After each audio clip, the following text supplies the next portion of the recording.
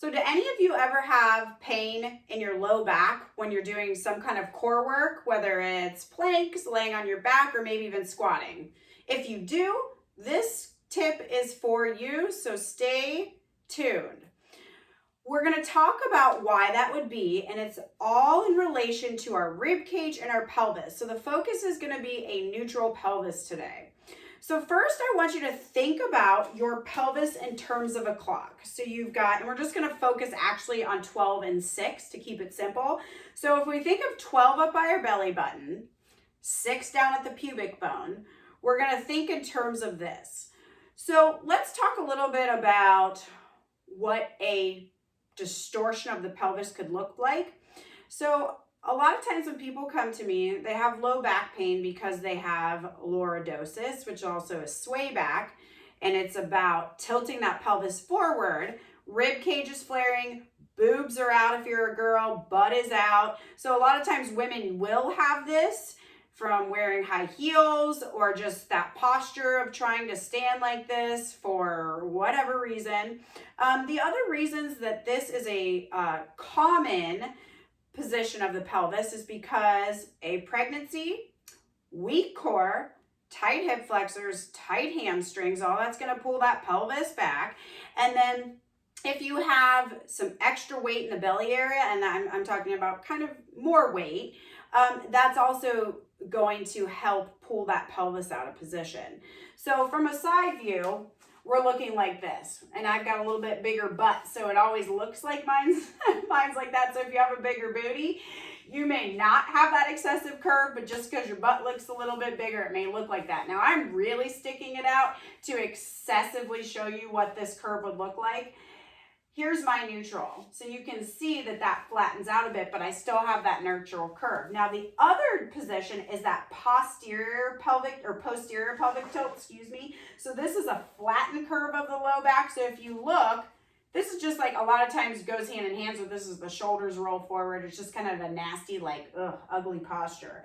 So this is obviously weak core, weak butt and hips, and then tight through the hands or the quads and the hip flexors. Okay, so in this kind of slouched position, tailbone tucked slightly. So either one of those is not good.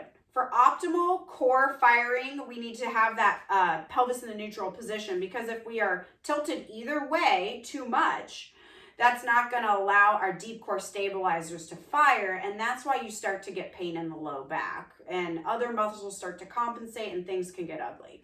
So I'm going to talk to you about two positions here. We're going to look at laying down on our back, and then we're going to look at a squat too, because a lot of people will feel pain squats, deadlifting, things like that. So maybe we'll do 3 so I can show you a deadlift too. So let's go ahead and start on our back, laying flat. We're going to start with our knees bent, and we're going to go through our pelvic clocking. So your feet are going to be just kind of right in line with the knees here. Hands are going to go on the hips. So let's think back to that clock. We've got 12 up by the belly button, 6 by the pubic bone. We're going to link our breath with these movements of the clock. So we're going to take an inhale to prepare.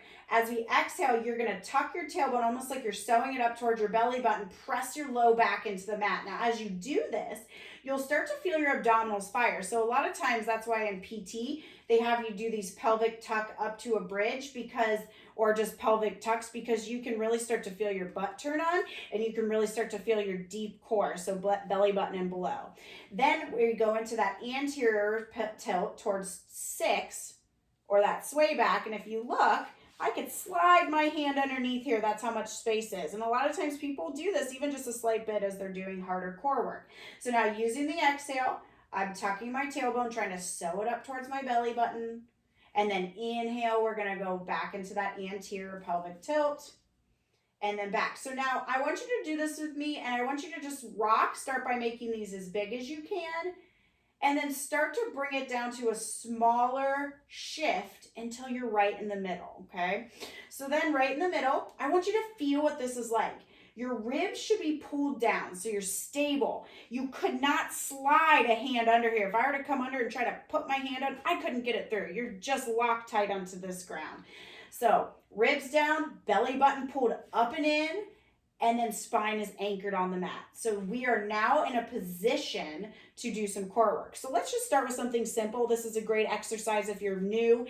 to some core work and a great way to activate before a workout. So trying to keep this pelvis in position, you're going to lift your feet one at a time. Knees are in line with the hips. We're calling this tabletop. Now, from here, arms are down by the side. You'll already notice maybe if you lift those feet, you already want to feel that low back lift or that pelvis shift. So you're going to have to really get that connection back to the mat, and you're already going to feel those abs engage. Now, keeping that feeling, you're going to reach down with your toe, moving from the hip as you inhale. As you exhale, pull it up. Now, if I'm not thinking about it, as my foot goes down, I could arch my back. And that's what I see with a lot of people when they're just starting. So if you find this hard to do, to keep your back down, and you end up being in this kind of tilt, take your hands into the small of your low back so you have something to press into and you're not pulling yourself into that kind of flattened tuck of the hips, okay? Because we don't need the hips to tuck here. We just need to get the deep core to fire. And so sometimes using your hands is helpful in the small of the back. Once you get strong enough and you can hold that neutral pelvis, then remove them. So inhale down, exhale, squeeze and bring it up. Inhale down, exhale, squeeze and bring it up. Now, to make this a little bit harder, you would reach your arms up and then you would go same thing. Inhale down, exhale up. Inhale down, exhale up. And then just about 4 to 6 on each side is enough to just activate the deep core stabilizers. Now, quick note, if you start to feel this all in the upper quads, all in the hip flexors, more than you do your belly, then you need to back it down. So adding no movement, just holding, breathing, working on keeping everything engaged through the breath. Because a lot of times when people's deep cores are stable or deep core stabilizers are weak, the bigger muscles like to try to help out. So your quads and your hip flexors. Okay, so those are going to try to take over the job of the deep core. Now, we're going to switch positions here, and we're going to get up to a standing position to show a squat. Actually, you know what? First, we'll do plank, because this is important here too. So we're going to be on our forearms, and I'm going to show you what 2 different positions we want to get away from. So same thing, anterior tilt, posterior tilt. So up in this plank, a lot of times you get people that or you're dropping your hips, and you're like, oh, I feel this all in my low back. So what you need to do is squeeze your belly, squeeze your butt, give me that slight little tuck of the tailbone, or I'm sorry, of the hips. And that pulls the pelvis neutral, and you're gonna feel that in your core a lot more. Now on the other end, if you're rounding your spine or flexing and getting that tailbone to tuck, that's not what we want either. So you wanna be right in the middle. So you could try to do that clock here, but I would just try to first think of squeezing your butt, squeezing your belly, slight little tuck of those hips. Okay, so that one's pretty easy to feel. You could also do it on your knees. Now, getting up to a squat position. So I'm going to stay here. You want your feet a little bit wider than hips, and you're going to be just slightly externally rotated. And I mean, I'm talking slight. So if this is forward, I'm just going to open up just a little bit, okay? So now from here, if you are giving me too much of a curve, you're going like this, you're leading with your chest, you're going here, that's not good. So we want to think of, and I'll just go this so you can see, we're going to think of standing tall. Ribs are stacked right in line with the pelvis, top of the pelvis. We're going to inhale down. Your sit bone should lift back, your tailbone should lift back. That's all keeping this in the functioning biomechanics we need. Then you stand up, squeeze butt, squeeze belly, and that should be enough to pull that pelvis and ribs into a neutral position. So inhale down, reach, exhale up, butt squeezes, belly squeezes at the top. Inhale down, exhale up. So a lot of times you may not even realize that you're doing something. So turn on a video recorder on your phone, watch yourself squat. The other thing that you'll get a lot of times with people when they're first starting out is they're gonna flex their low spine and get this tuck of the tailbone.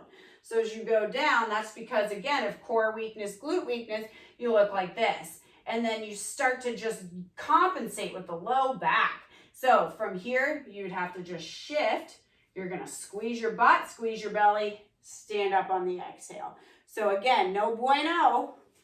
Yes, right here. Squeeze. Yes. Okay, now let's talk deadlift too. So same idea. You're picking something off of the ground. So moms, even picking up their kids, a lot of times we don't think about this, but from here in this position, say I'm picking up just a piece of laundry from the floor, you may flex and round your spine, and this could be for a number of reasons, but we're going to be pretty easy with it. You're not thinking of this hip hinge. You're just moving from the hamstrings and the low back, and over time this creates a lot of pain. So when you're here, you got to let these glutes kind of lengthen, and then you get down, stand up. So over time this just becomes natural to just hinge at the hips to pick up, so then we're using our glutes and our core rather than the hamstrings and the low back to flex forward. So I'm hoping all this makes sense to you, and when you go to your next workout, you can do that little activation or kind of play around with your pelvic clock, and if you have any questions, feel free to reach out to me. Thanks.